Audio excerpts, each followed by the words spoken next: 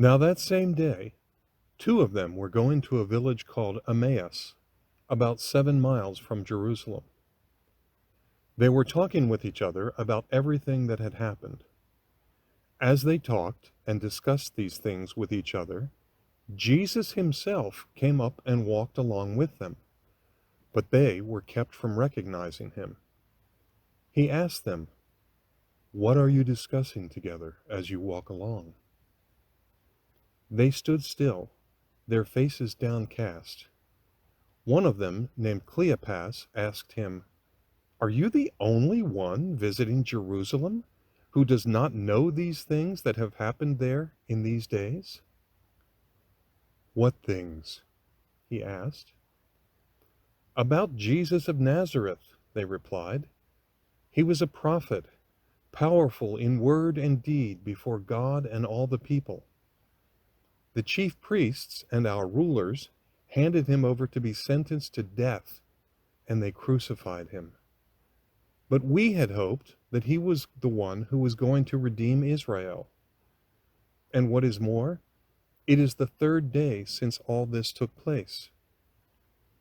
In addition, some of our women amazed us. They went to the tomb early this morning, but didn't find his body. They came and told us that they had seen a vision of angels who said he was alive. Then some of our companions went to the tomb and found it just as the women had said, but they did not see Jesus." He said to them, "How foolish you are, and how slow to believe all that the prophets have spoken. Did not the Messiah have to suffer these things and then enter his glory?" And beginning with Moses and all the prophets, he explained to them what was said in all the scriptures concerning himself. As they approached the village to which they were going, Jesus continued on, as if he were going farther. But they urged him strongly, "Stay with us, for it is nearly evening. The day is almost over." So he went in to stay with them. When he was at the table with them, he took bread, gave thanks, broke it, and began to give it to them. Then their eyes were opened, and they recognized him, and he disappeared from their sight. They asked each other, "Were not our hearts burning within us while he talked with us on the road and opened the scriptures to us?" They got up and returned at once to Jerusalem. There they found the 11 and those with them assembled together and saying, "It is true, the Lord has risen and appeared to Simon." Then the two told what had happened on the way, and how Jesus was recognized by them when he broke the bread. While they were still talking about this, Jesus himself stood among them and said to them. Peace be with you. They were startled and frightened, thinking they saw a ghost. He said to them, Why are you troubled? And why do doubts rise in your mind? Look at my hands and my feet. Is it I myself? Touch me and see. A ghost does not have flesh and bones, as you see I have. When he had said this, he showed them his hands and feet. And while they still did not believe it because of joy and amazement, he asked them. Do you have anything here to eat? They gave him a piece of broiled fish, and he took it and ate it in their presence. He said to them, And this is what I told you while I was still with you. Everything must be fulfilled that is written about me in the law of Moses, the prophets, and the Psalms.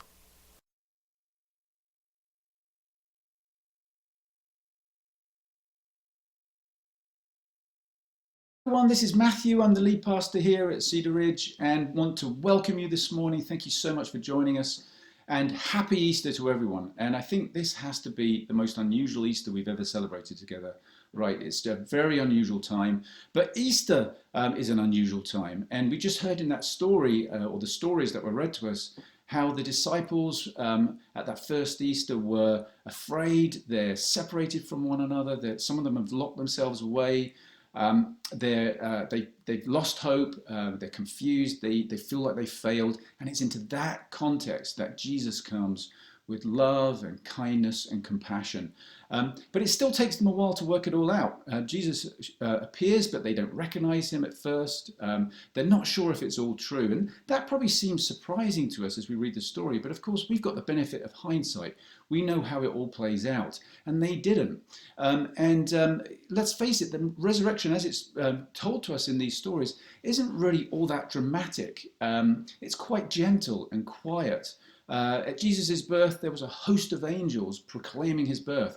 But in this story, we just have a couple of men, it says, dressed in white. We're not even told that they're angels. And Jesus doesn't appear in public over Jerusalem to prove that he was right or anything like that. He just appears gently and quietly, in private almost, with the people that he knew, people that loved him, people who were his friends. So it wasn't all that dramatic, and so it takes them some time to really work it all out. And I think we can relate to that because sometimes things take us a while to work out, don't they? We've called the theme for Easter this year is waking up to Easter, and some of us struggle to wake up. I know I'm more of a night owl than a morning person, but I have to get up early, so. It takes me a while to get going in the morning. I wake up slowly. I love being here on the East Coast because you can go to the beach and watch the sunrise in the morning over the ocean. It's a beautiful thing to see. But the sun doesn't just turn itself on and off, right? It's not like a switch. It comes up slowly and gradually and begins to light the world.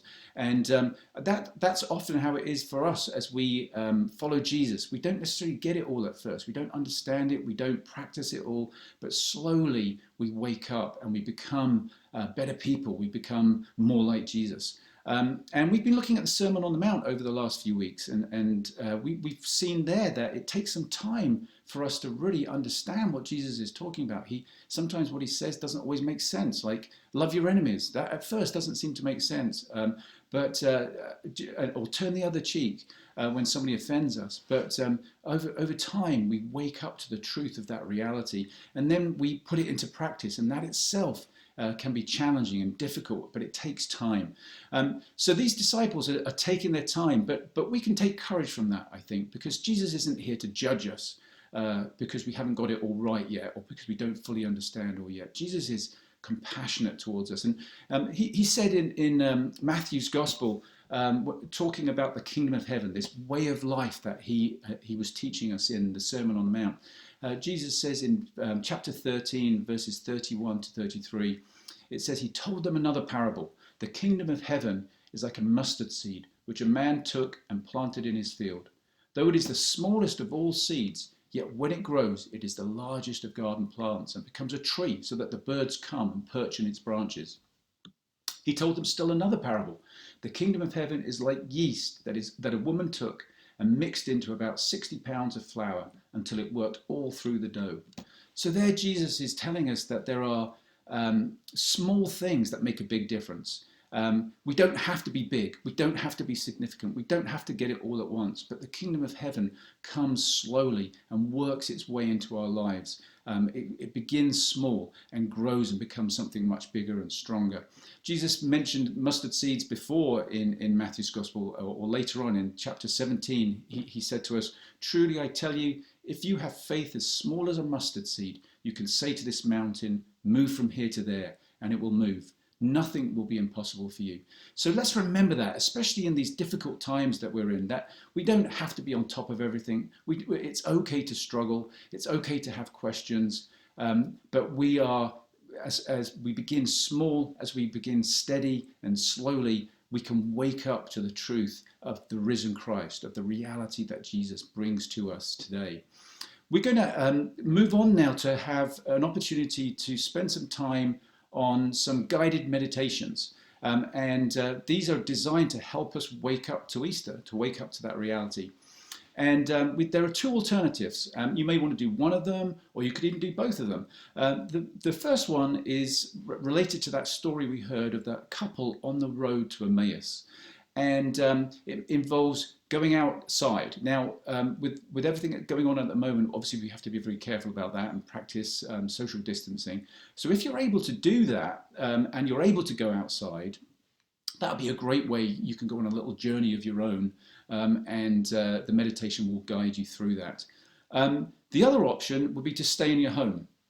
Maybe that is just easier for you to do at this point. It might be safer for you to do, and you really need to stay inside. In which case, there's another meditation which keeps you inside and has some. Well, I won't tell you any more about it. Just click on that one, and it will guide you through. So what we're going to do then is go off now and do those meditations, or do both of them, and then we'll come back together again to celebrate communion and the life that Jesus brings us. Thanks so much.